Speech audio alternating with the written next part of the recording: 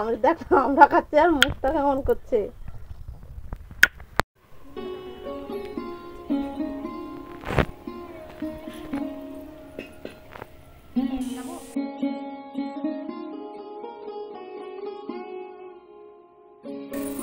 নমস্কার বন্ধুরা, পূজা কিচেন ব্লগসে সমস্ত বন্ধুদের স্বাগত জানিয়ে চলে এসেছে আবার একটা নতুন পর্বে। আজকে জাপানি পুঁটি মাছ দিয়ে আমরা কচু দিয়ে টক রান্না করব, যেটা ভীষণই খেতে ভালো লাগে। আর জাপানি পুঁটি মাছটা আজকে কিন্তু আপনাদের গোটা দেখাতে পারবো না, মাছটা কাটা হয়ে গেছে।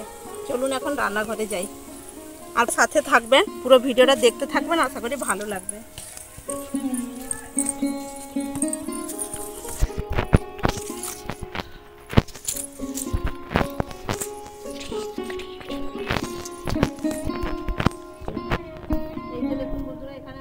মাছটা কিন্তু মা আগে কেটে ফেলেছে, আর মাছটা ওটা আপনাদের দেখাতে পারলাম না, কাটার সময় আর ভিডিওটা করা হয়নি। এই মাছটা ভালো করে ধোয়াই আছে, আমি মাছের মধ্যে লবণ আর হলুদটা মাখিয়ে নেব।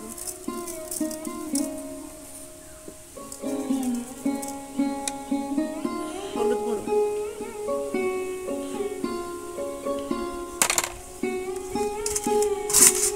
পুকুরের একদম পুরো টাটকা মাছ। আর এই সিজনে তো এখন আমরা বেশ ভালোই পাওয়া যাচ্ছে। অসাধারণ একটা রেসিপি এই আমরা দিয়ে, কিন্তু মাছের মধ্যে ভালো করে লবণ আর হলুদটা মাখিয়ে নিয়েছি। আমি এবার সবজিটা কাটবো। এই যে দেখুন বন্ধুরা, আমড়াগুলো কিন্তু নরম আছে, খুব বেশি বড় হয়নি, নরমই হবে। আর এই যে কচু, আমড়ার কিন্তু উপরের খোসাটা তুলে নেব। আমড়ার কিন্তু গন্ধটাও একটা একদম আলাদা রকমের।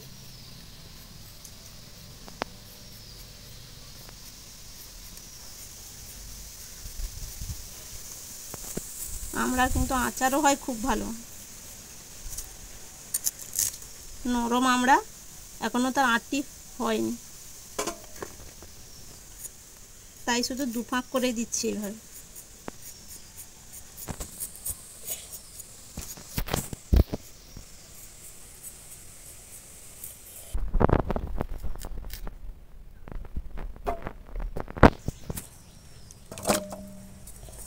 সব আমড়াগুলো কেটে নিয়েছি, এবার আমি কচুগুলো কেটে নিচ্ছি।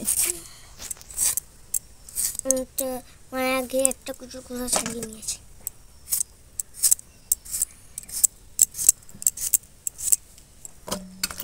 সবজি কাটা হয়ে গেছে, আমি এবার উনানটা জ্বালিয়ে নেব। উনান জ্বালিয়ে কড়াই চাপিয়ে দিয়েছি, তেলও দিয়ে দিলাম। মাছগুলো ভেজে নেবো এবার ভালো করে একদম। আমি একে একে মাছগুলো দিয়ে দিলাম কড়াইয়ের মধ্যে। মাছ ভাজবো, ততক্ষণে মাছ ভাজা হতে হতে আমি মশলাটা বেটে নেব।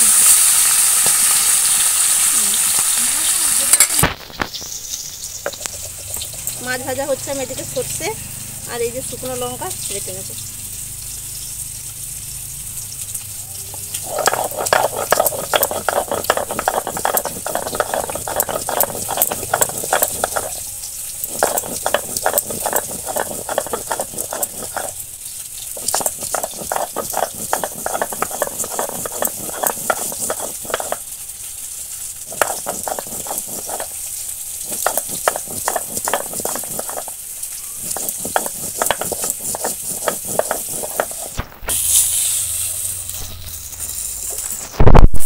মাছগুলো একদম দুদিক পুরো লাল লাল করে ভেজে নিয়েছি, তুলে নিলাম। এবার বাকি মাছগুলোও ভেজে নেব।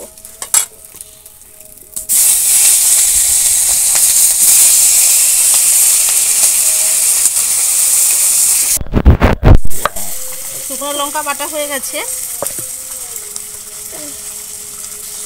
এবার বেটে নেব সরষে। আগে সরষেটা বেটে নিতে। কেন? লাল হয়ে যাবে। হ্যাঁ, লাল হলে তরকারিতে তো পড়বে।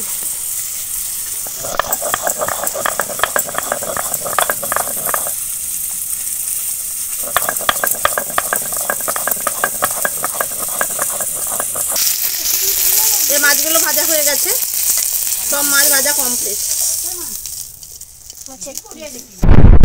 মাছ ভাজার তেলের মধ্যে আমি আরও একটু তেল দিয়ে দিলাম। এবার টকটা রান্না করে নেব। 5 ফোড়ন, এবার কেটে রাখা আমড়া আর কচু দিয়ে দেবো।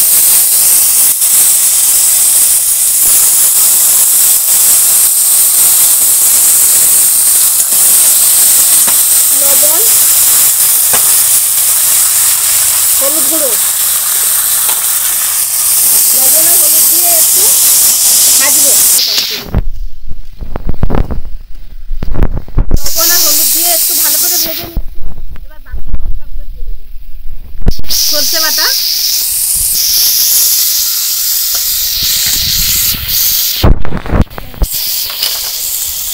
শুকনো লঙ্কার বাটা, একটু ঝাল ঝাল হবে তাই বেশি করে শুকনো লঙ্কা বেশি। এবার মশলাগুলোকে দিয়ে একটু কষিয়ে নেব। শুকনো লঙ্কার একটা গন্ধ থাকে যেহেতু বাটা মশলা।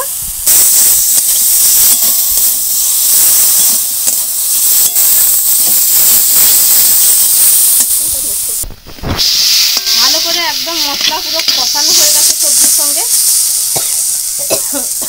এবার দিয়ে দেবো টক।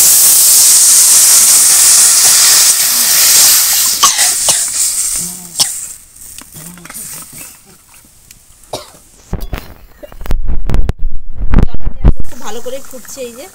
এবার ভেজে রাখা সব মাছগুলো দিয়ে দিচ্ছি। সমৃদ্ধ এবার মাছগুলো দিচ্ছে, তার মন হচ্ছে যে তরকারিতে মাছ দেবে। দিয়ে দে সাইডে সাইডে।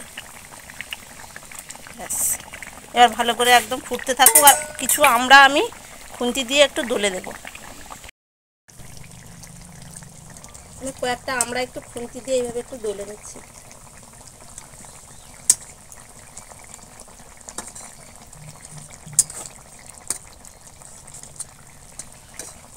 আমরা নরম আমড়াগুলো একদম সুন্দর দলে যাচ্ছে। এবার নামিয়ে নেব। আমড়া দিয়ে কচু দিয়ে জাপানি পুঁটি মাছের টক একদম পুরো রেডি। এবার নামিয়ে নিচ্ছি।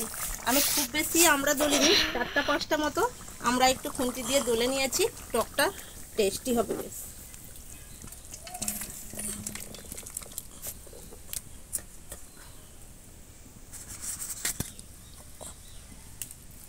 আমরার গন্ধ কেমন পাচ্ছিস বল?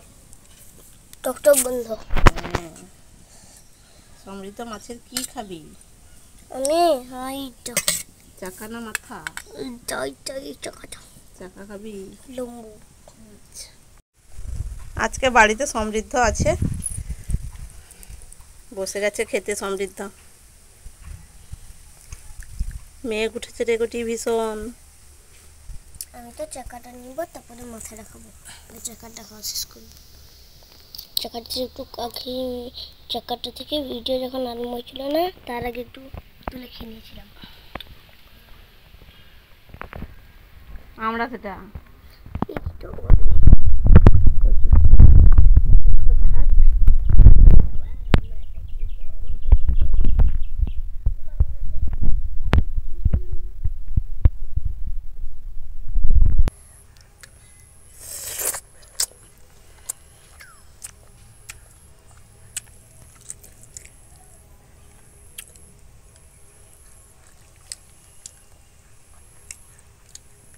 টকটা কেমন লাগছে বল?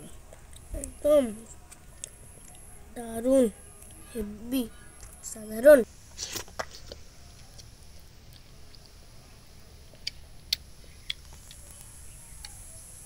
একটা কাঁটা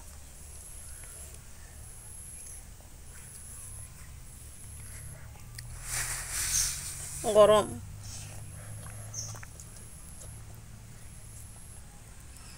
ভালো খেতে।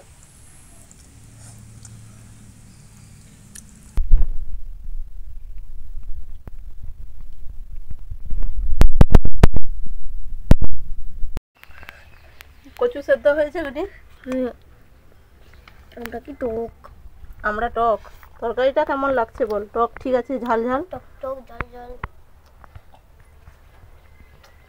বন্ধুরাও এইভাবে বানিয়ে ফেলবেন, সত্যি খেতে ভালো লাগে আমড়ার টক। যে কোনো মাছ দিয়ে টক খুব ভালো হয়, চিংড়ি মাছ দিয়েও দারুণ হয়।